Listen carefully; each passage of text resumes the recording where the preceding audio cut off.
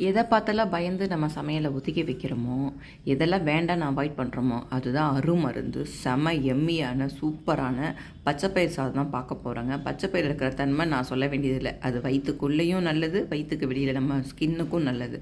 அது குழந்தைங்கள, பெரியவங்க, வயசு வித்தியாசம் இல்லாமல் எல்லாருமே சாப்பிட்லாம்.